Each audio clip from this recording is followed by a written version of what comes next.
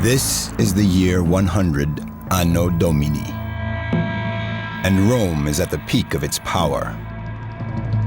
The Romans have conquered the whole Mediterranean area. On the fringes of this empire, the legions have been occupying Great Britain too for the past 60 years.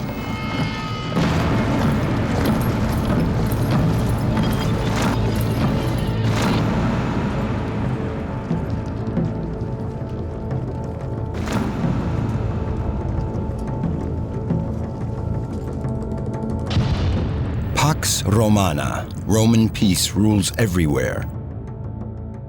From the banks of the Euphrates to the outermost bounds of Britain, from the pyramids of Egypt to the desert sands of North Africa, everywhere glorious cities, aqueducts, and bridges stand.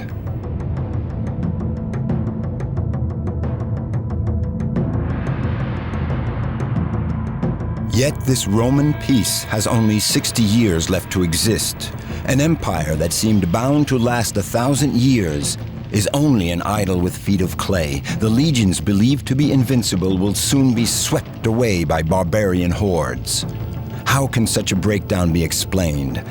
How can we understand what the Roman army was, in fact? How can its failure be understood?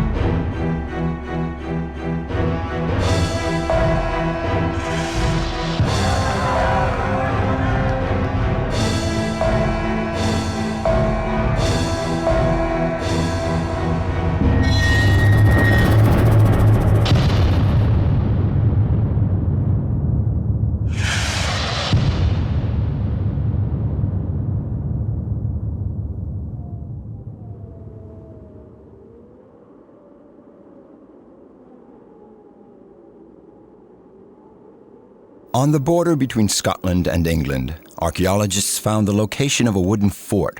The digging started in 1950. It was thought then that several generations of soldiers had stayed there between 85 and 350 AD.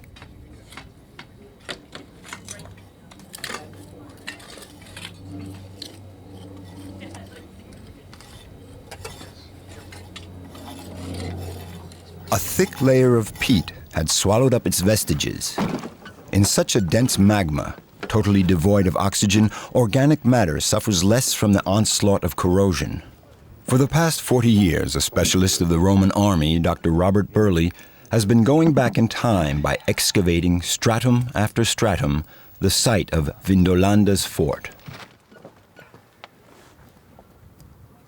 Yeah. There must be more of it. I reckon. It's the base of a large cooking jar.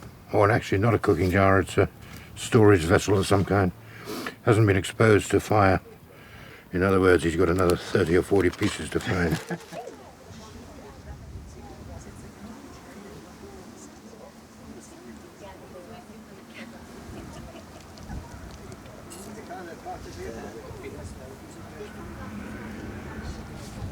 It's called Samian ware in Britain. Other places in the world it's called terra sigillata. What it is it's mold-made pottery. The majority of the stuff that's found at Vindolanda comes from a place called La Gravazanque, which is now in France. And it was imported by the military to use here at Vindolanda.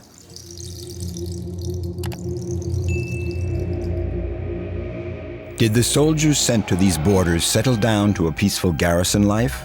How can we find out? What do these items tell us about it? The finely decorated pieces of pottery must have embellished the officers' tables, and we may surmise that the rank and file had their moments of leisure between guard duties and maneuvers by playing strategy games. Under Trajan, by the end of the 1st century of our era, the Romans have placed their pawns on the chessboard of a huge empire. In a period of 500 years, Rome has fashioned a terribly impressive military tool. At first under the Republic, by intervening each time one of its allies was attacked, then under the Empire, when its soldiers become professional as members of a permanent army. Its recruits are mobile and trained to perfection. These legions have defeated all of their enemies: Hannibal's troops, the Greek hoplites, the Persian warriors. They possess a formidable efficiency. Everywhere their reputation precedes them, the Roman legions are feared in every country of the Mediterranean basin.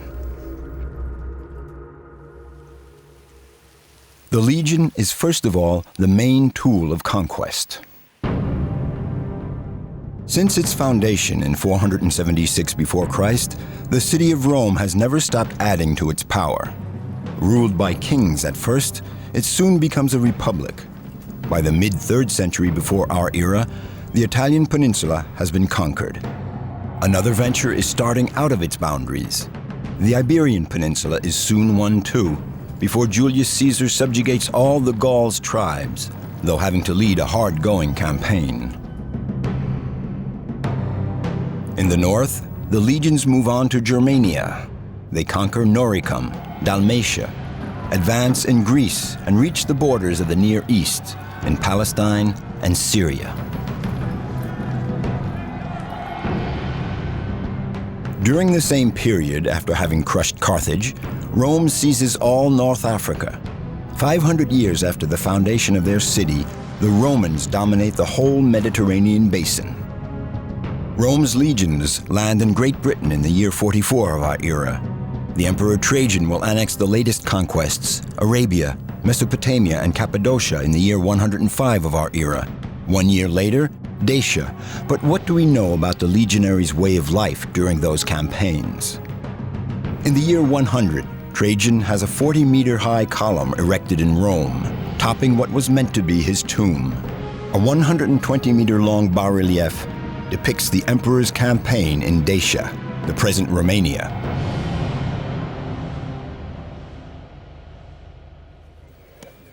The complete life of the legions is told by that detailed strip cartoon, whose slightest plane has been sketched by the archaeologists Solomon Reinach.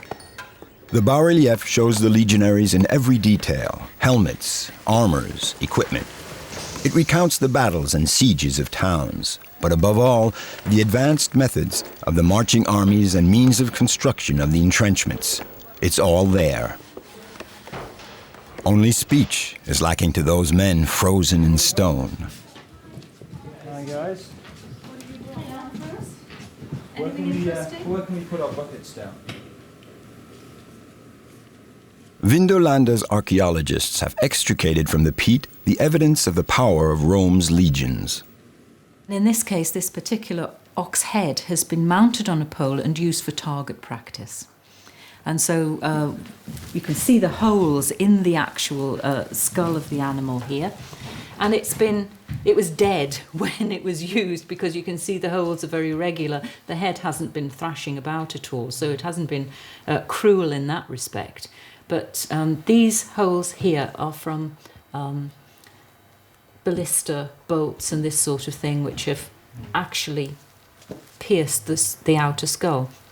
And you have ballista bolts like this, and if you just take one and put it into the hole, you see it fits perfectly.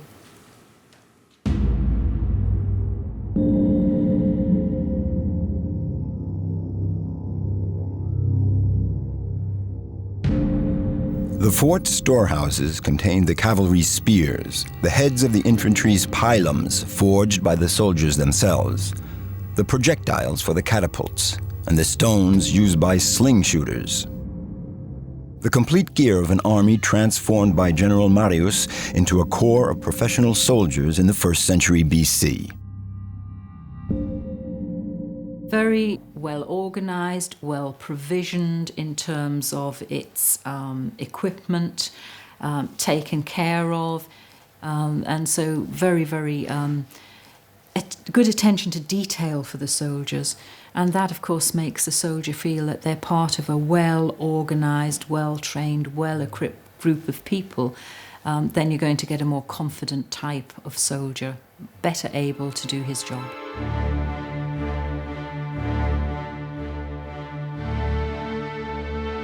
The strength of the Legion lies in its esprit de corps. The group is knit together around the very symbol of the empire, the eagle. But this strength also lies on an iron discipline imposed on the recruits. Legionnaires will sign on for a 25-year-long service. They have no right to marry and have little amusements, if any. Their days are spent in long marches, carrying a 40-kilo kit. When entrenched, they have to train. Legionnaires are born and spend their lives arms in hand. They keep repeating unflaggingly all their lives the maneuvers, acquiring thus automatic reactions that make of the Legion the most disciplined army corps of antiquity. And when he is not training, the soldier shines his armor and his helmet to be ready for the centurion's inspection. If it doesn't shine enough, he will be punished. At best, with an exhausting patrol. At worst, he will be caned or flogged. If he deserts and is recaptured, his only fate will be death. At the 4 cardinal points, the legions impose Rome's law by blood and by sword, but also by developing the new lands. From now on, this spreading empire must be protected by increasing the miles of borders erected against the barbarians. Many forts are built on the margins of the huge empire.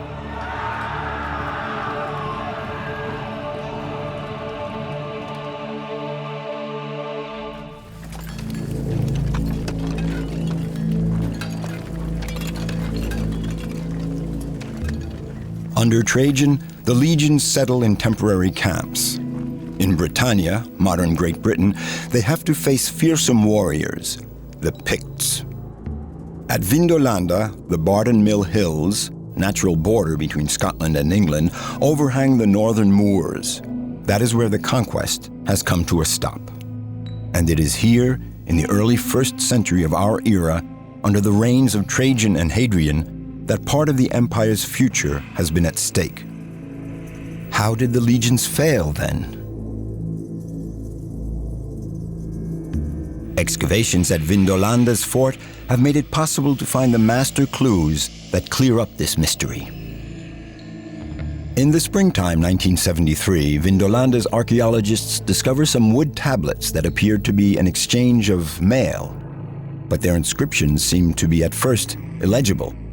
Impossible to know if they're written in Latin, official language of the army. Will their restoration allow us to read these 2,000-year-old missives? Months of treatment will be required to get results available to the entire world. The ink made out of charcoal has impregnated in depth the wood fibers. Some words appear, then whole phrases. Vindolanda's archaeologists have brought to light written testimonies. From the very first analyses, they realized that these texts depict the daily life of the soldiers who lived in the fort. A sensational discovery. Perhaps it's just a freak with just one, and I just couldn't believe it.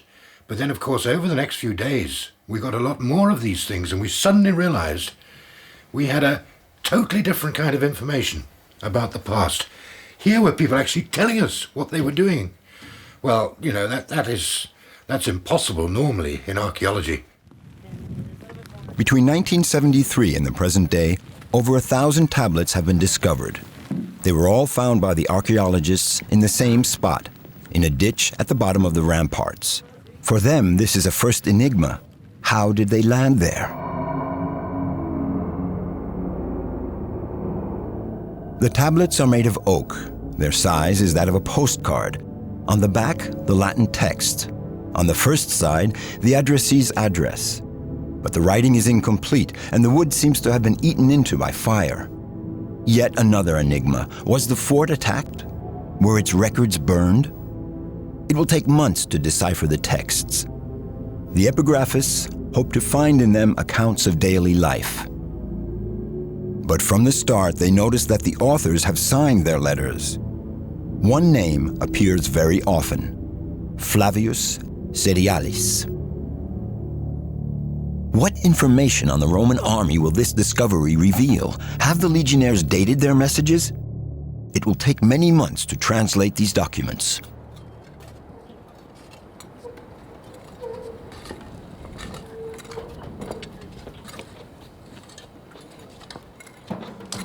These written testimonies have soon allowed the archaeologists to better understand the tangled pattern of the walls they were unearthing. On this side, a very different building. You can't see it very well now, but there's a lot of small rooms. Very small indeed. They're something like 2 meters by 3 meters, which is most unusual in a Roman fort. But it's almost certainly the hospital block of the fort. We've excavated a lot of this central range of the fort that we're in now. And we know that this particular fort is for 1,000 men. Now, that immediately alerts us to the fact that it will have had a hospital. We know more about that because one of the writing tablets we found is sending a squad of men to build the hospital, and other writing tablets refer to various doctors and medical orderlies and so on.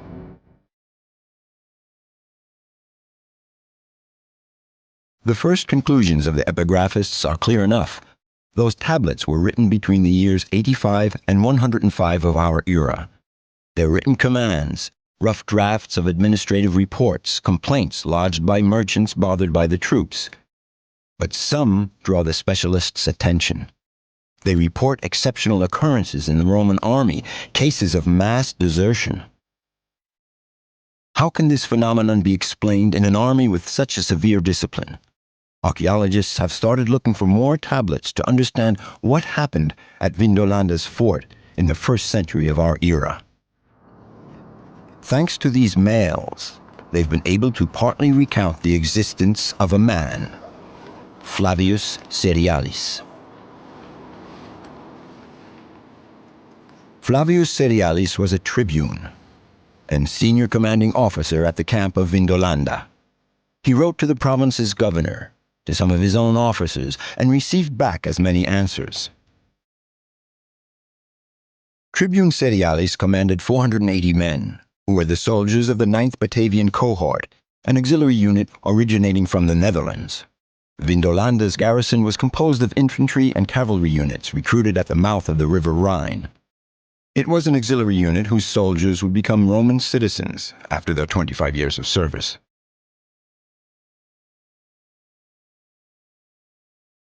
Flavio Serialis was Batavian too, and his family had acquired Roman citizenship under Vespasian in the year 70 of our era. The 9th cohort had built a wooden fort on Vindolanda's plateau. It faced north and would repulse the assaults of those fearsome picked warriors, men on foot and on horseback, whom Serialis dreaded.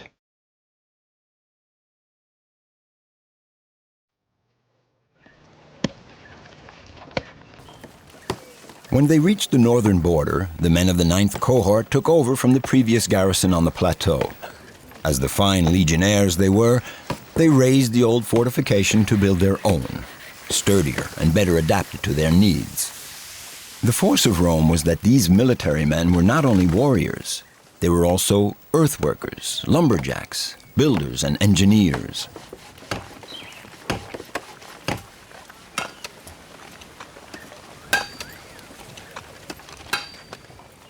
Vindolanda's soldiers worked like beavers. They fell hundreds of trees, dig and entrench themselves as soon as they stop. They sometimes fell entire woods to be able to maneuver easily. They build fortifications that can resist any assault. It takes 2 hours for a legion of some 6,000 men to establish a stronghold surrounded by high stockades and a 2 meters deep ditch.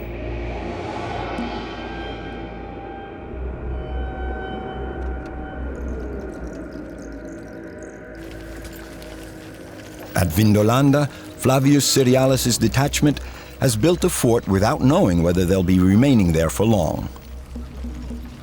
Tomorrow, they may have to enter more deeply into the enemy's territory. Under Trajan, by the end of the 1st century, 28 legions, 150,000 men strong, watch over the empire. They are all Roman citizens, but the defense of the frontiers claims more and more men. Besides the legions, the auxiliary cohorts are formed by recruits levied in the conquered territories. If they survive their 25 years of service, they too will acquire Roman citizenship. They'll own then a small patch of land. That is what the men of the 9th cohort are hoping for.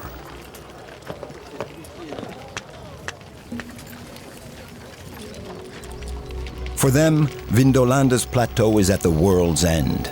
It has taken them several weeks to come from Gaul. Some are ill with conjunctivitis that weakens them. Many have already been waylaid. Flavio Serialis counts his losses in men. The Picts launch with force and briskness their light cavalry and fade away into the moors as quickly as they've appeared. At first, the soldiers will have to live by plunder. Whatever they need to subsist on, they'll loot from the enemy villages. It will give them time to lay out their camp and hang on to a waterlogged land. During their forays, they'll keep trying to find the dry straw, which is the legionnaires' main commodity, since it's their one and only litter.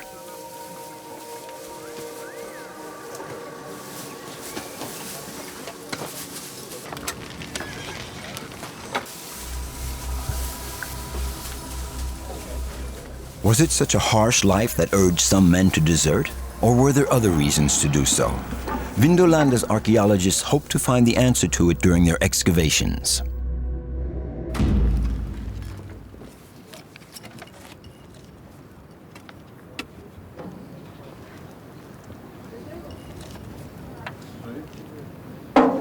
Yes.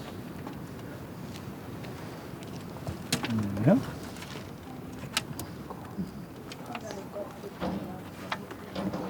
What is that, Andrew? It's part of a tent again, but it's in, you can just see, really good condition. I mean, it's still smells like leather, which is great, and it's just really flexible. I mean,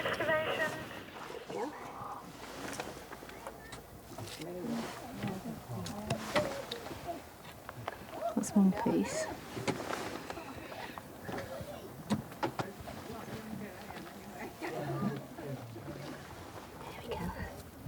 Take the mud out the middle.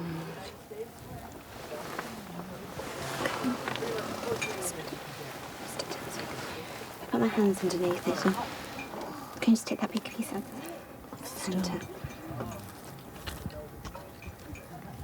The tent is for when the Roman army goes out on campaign, which it does for most of the summer, and they live in tents. And each group of 8 men have a mule which carries the tent. And the men carry all their cooking equipment and their armour and weapons. Oh, cool. What have we got here? Scotland's soil not only has kept the legionnaires' tent, but also digested the leftovers of their meals. Yeah. Oh, I mean, this has been chopped up. This is butchery, but truly, what part of an animal is this? Is it part of the... I don't think it's a skull, is it? Pelvis, I think. Pelvis. Cow? Cow. Again. Yeah. Maybe Flavio Serialis tasted this piece of meat. In his tablets, he reveals the harshness of a campaigning soldier's life. After a few weeks of winter, the fresh straw starts going moldy. The relentless rain falling on the camp drenches everything. Roads are rutted. Between guard duties and trainings, the men gather around the fires to drink their favorite beverage, wine with honey and spices. They play dice or drafts. Several men have been wounded in frays, and the camp's physician, a Greek, as many legion physicians, is at their bedside. Flavio Serialis commands a garrison that is almost a small town. Each one of his men masters one or several crafts, a valuable skill for the soldiers because the best craftsmen are exempt from maneuvers. The fort has a hospital that the tribune has had built by teams of masons and plasterers. The lumberjacks provide firewood, and the armorers make and look after the weapons.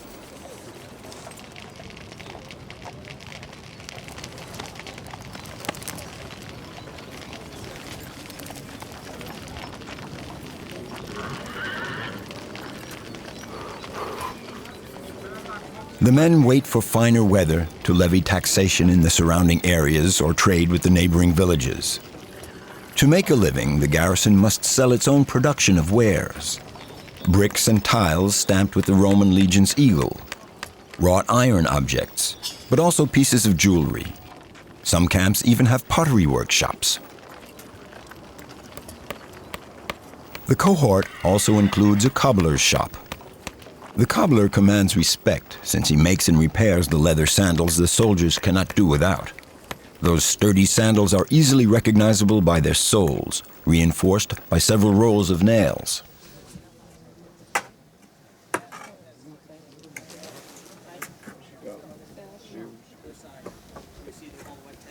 This would have been a soldier's shoe. It's got the nails in the base. Good for walking on, good sturdy shoe. So on the top part, that would go up. It's a full boot. Over there underneath. Has it got studs on the bottom? Or is it not that kind of a... I think it's more of a... It might have the studs on the bottom. You see, I don't want to lift it up too much because of the... you can see the... It's an actual boot, this. It would have... It's all in one piece. The shoelace holes still. The large holes. The smaller ones, it's just meshing, decoration. Probably would have had a sock underneath. This is very exciting. I mean, this is probably one of the best finds we've had. This is very, very nice. You know, it's in perfect condition, so it's really very pleasing to find this.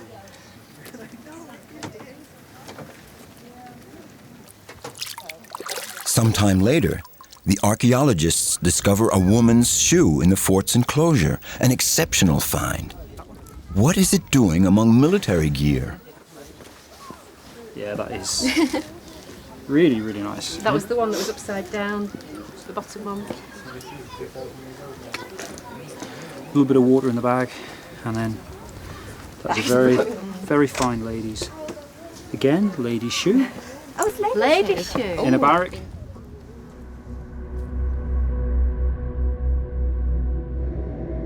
Besides women's shoes, the team has found babies' booties within the rampart's enclosure. Another dig has a wooden two-edged sword re-emerge. At first, it is thought to be a fake weapon used in training, but it is too small to be handled by an adult. In fact, it's a toy. These finds imply that there would have been women and children inside Vindolanda's fort, although legionaries were forbidden to marry. It was hard to believe until the archaeologists became aware of another fact. The legions present in Great Britain had settled there on a long-term basis. During the past 20 years, the archaeologists have made another discovery as regards the fort's and surrounding areas' blueprint.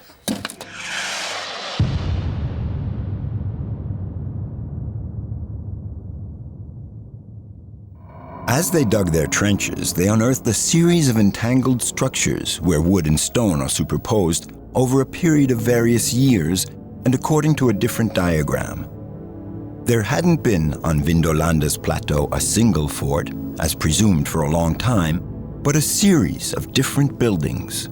The early forts were built in wood, since they were temporary structures. The Roman army was then highly mobile, and each cohort would build its own fortifications. But at the start of the 1st century, a stone fort was built. The legions were now immobilized on the border. A village had even grafted onto the gates of the garrison.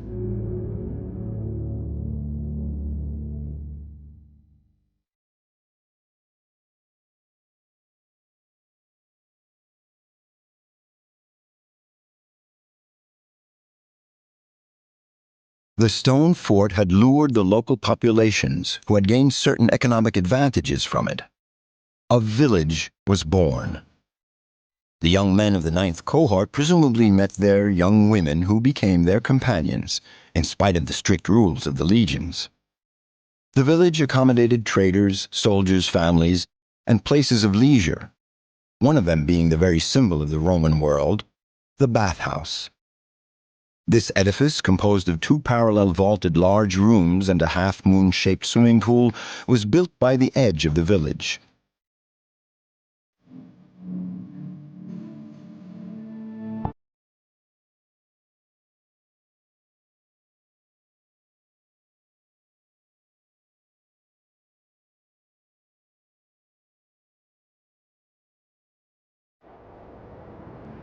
Now we're moving into the military bathhouse, into the changing room by the front door. Quite a big room. This is where they would disrobe, store their clothes before going into the baths. It will hold 50 or 60 people at a time, something like that. It's literally a bath. It's not a heated swimming pool or anything like that. I suppose you can get 6 or 7 people sitting around here having a very pleasant conversation. Yes, I mean, in a hot plunge bath like this, the soldier is probably as far removed from military life as he possibly can be. He's sitting in a beautifully warm bath with probably some of his best friends in here, telling stories about his centurion, his commanding officer, and, you know, the rotten jobs they've had to do. And for a short time, they're totally isolated from normality. Before they started excavating, the specialists in military architecture were wondering, would Vindolanda's stone fort be similar to those on the other borders of the empire? Would it be a large rectangular nave whose frame would be built round 2 large axes intersecting each other at right angles? Would it include the rows of camp huts meant for the troops?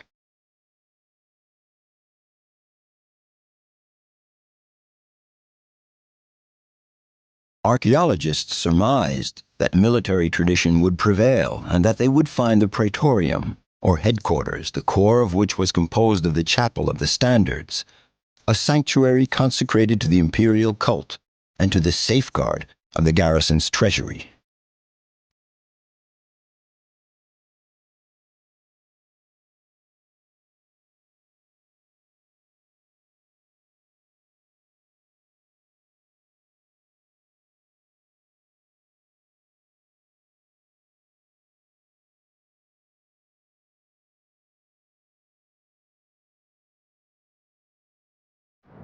The excavations have confirmed this assumption.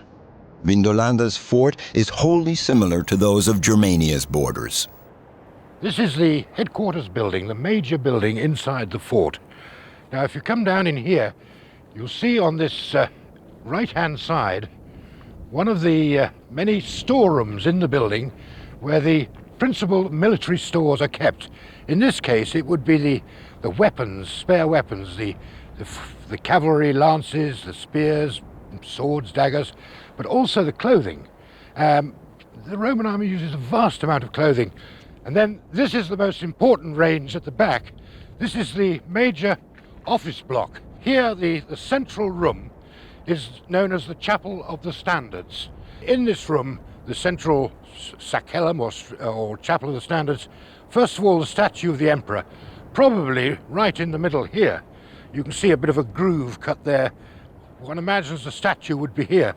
On either side, the regimental standards, the holy of holies of the regiment.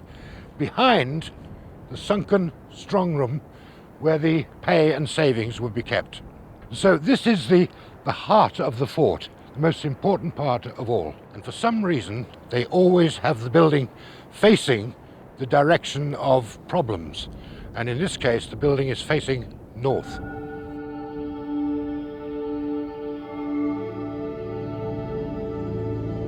By building the stone fort, the troops had put down roots on a territory they were so far defending from barbarian invasions.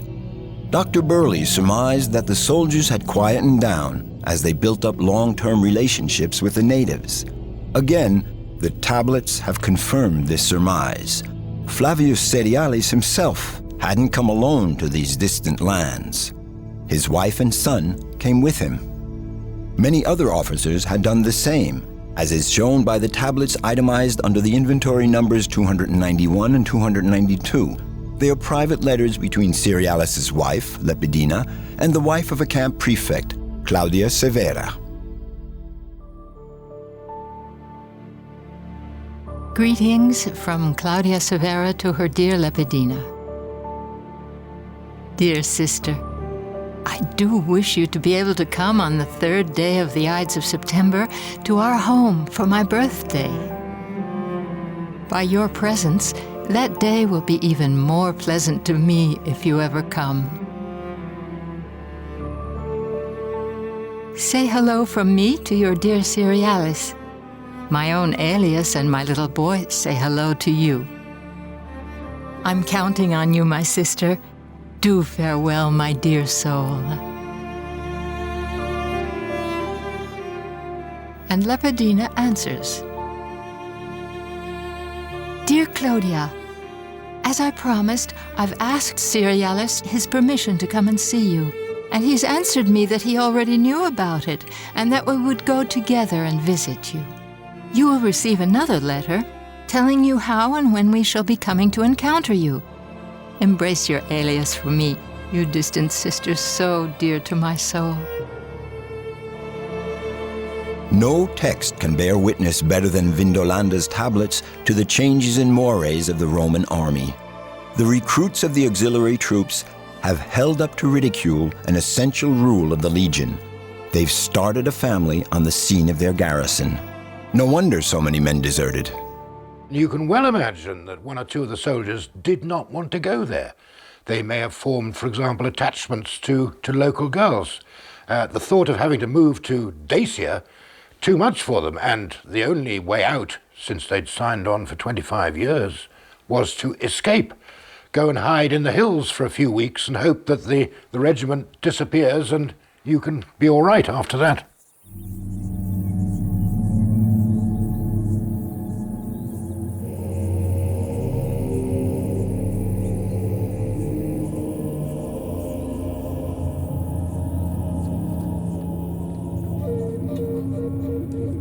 The investigation went even further on the tracks of Serialis and his men. The archaeologists have reconstructed the sequence of events leading to their finding those tablets. By analyzing the area of extraction, they found out that the tablets formed a compact mass. The best preserved were at the core of that mass. Those on the surface had been a prey to fire, and some were even reduced to cinders. They now could reconstruct the particular circumstances of the scene happening 2,000 years ago in Vindolanda's fort.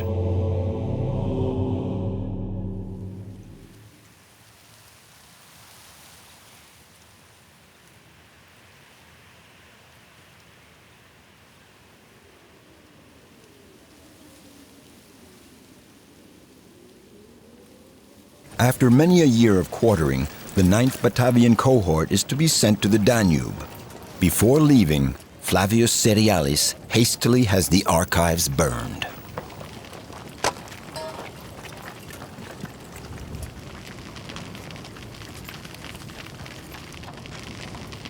But on that day, it's raining, and the storm's raindrops smother the fire.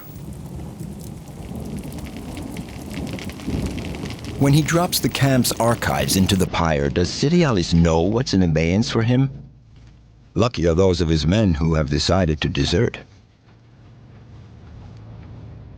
In March of the year 105 AD, the Emperor Trajan, thousands of miles away from Vindolanda, crosses the Danube.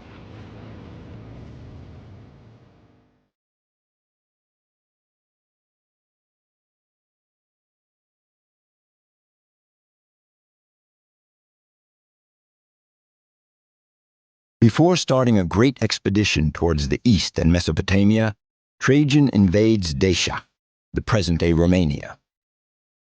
8 legions will be installed beyond the Danube to keep this distant colony landlocked in a barbarian land. What is Trajan looking for on the banks of the Danube, thousands of miles away from Rome?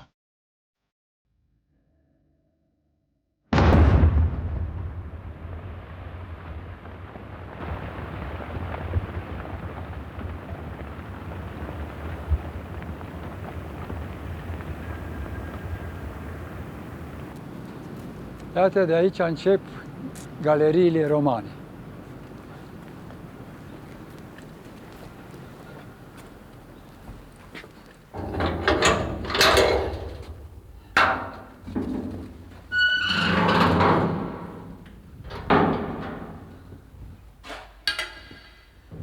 Și acum coborâm până jos la galeriile romane 157 de trepte.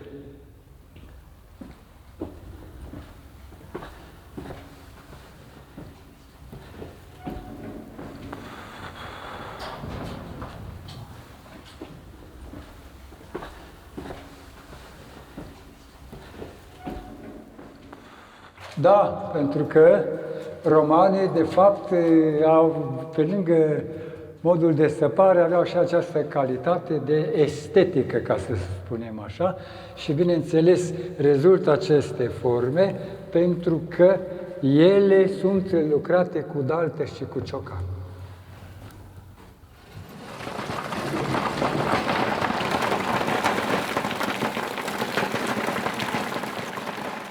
Even now, there is gold in the bowels of this land.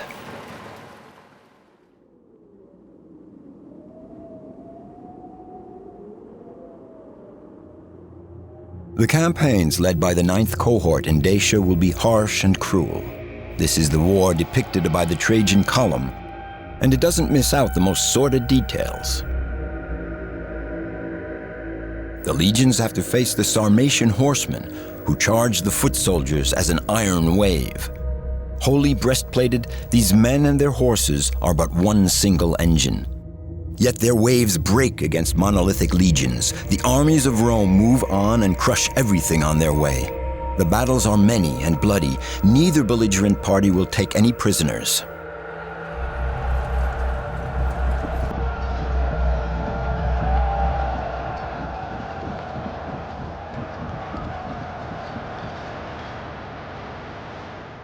In this conflict, as in every war, it is the civilians that suffer most. Women, old people, and children, if not slaughtered, are deported. Vae victis, woe betide the vanquished. It is in Dacia that we lose track of Flavio Serialis and of the 9th Batavian cohort. Trajan, exhausted, dies in the year 117 as he returns from his last campaign on the banks of the Euphrates. When Hadrian accedes to the throne, he soon understands that the era of expansion is now of the past. The new emperor decides to encircle the empire with a line of defense composed of thousands of watchtowers, walls, and ditches. This frontier is the limes, supposed to check, if not to wipe out, any barbarian attack. In Germania, in the east, and in Africa, several thousands of kilometers have to be protected with only 130,000 men. The Roman army relinquishes its last forces in the construction of this barrier. In Britannia, too, the legionnaires take cover behind this illusory barrier.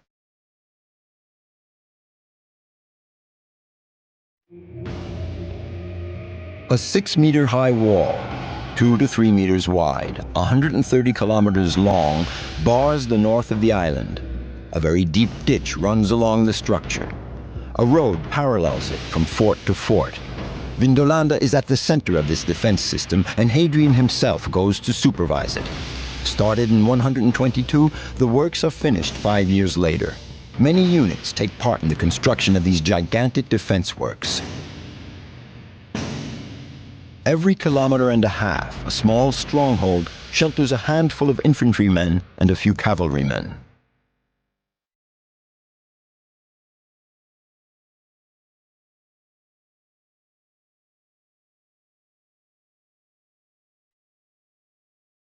But the protection of the empire is beginning to cost a lot, a great lot.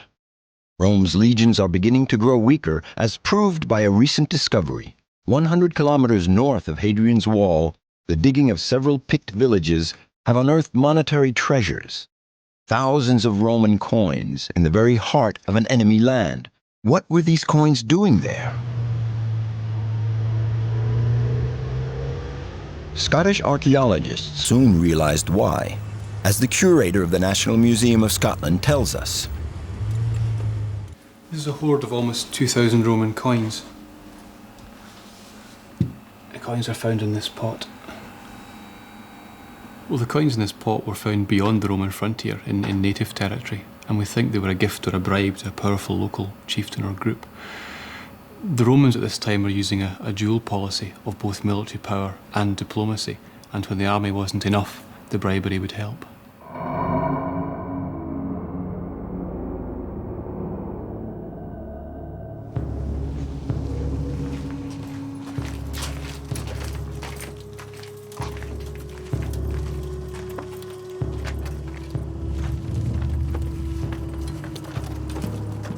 This is the year 160 AD. The centurion of Vindolanda's fort resolves to enter hostile country. But now, this is a peaceful expedition, a kind of trade meeting.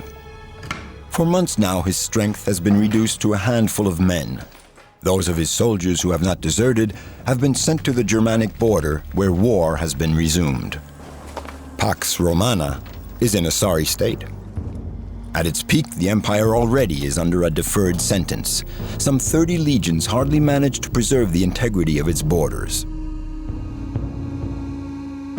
Rome isn't the homeland of those soldiers from Gaul, Iberia, or Northern Europe. Less motivated than the armed citizens of the former republic, they feel homesick. 25 years of service is a long time. For the Scottish Picts, these soldiers in shining armor are an enigma.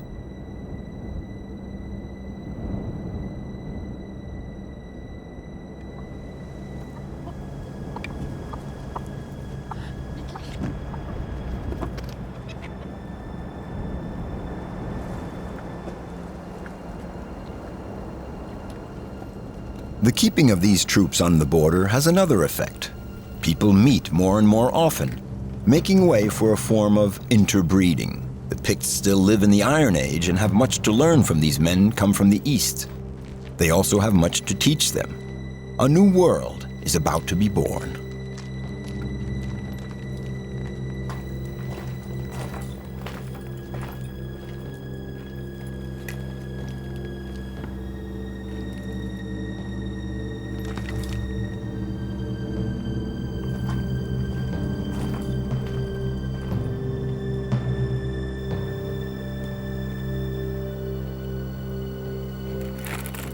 Who would have thought that one day, to achieve peace and protect the empire, the Romans would have to pay?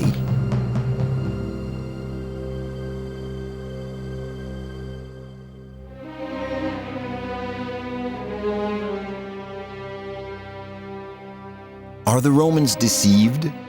If they feel confined, it's because they can no longer move. Soon the empire will be a battlefield. At Vindolanda, even overabundant garrisons labor to keep the fort. Only 1 century has passed on the Scottish moors since the 9th cohort and Flavio Serialis were there. Soon the Picts will come and steal the tower's stones to build their own houses. Beyond the limes, that pathetic wall, the peoples of the north dream of Rome's riches. In the Near East, the provinces are dissolving, the towns lock themselves up in ramparts. But it is the whole empire that is under siege. The emperors wear themselves out, running from one front to another, sometimes betrayed by the army that makes and unmakes its sovereigns. The defense of such a huge territory is eating into Roman civilization. Power fans the flame of appetites, and insurrections are frequent. Soon the legions themselves will be unable to repel the waves of barbarians come to lay waste the lands. The troops have then to retreat into bigger forts with higher walls that can also welcome the population while waiting for the plunderers to go away. These are the first castles, announcing both the end of the all-powerful Roman armies and the beginning of a new era. The Middle Ages.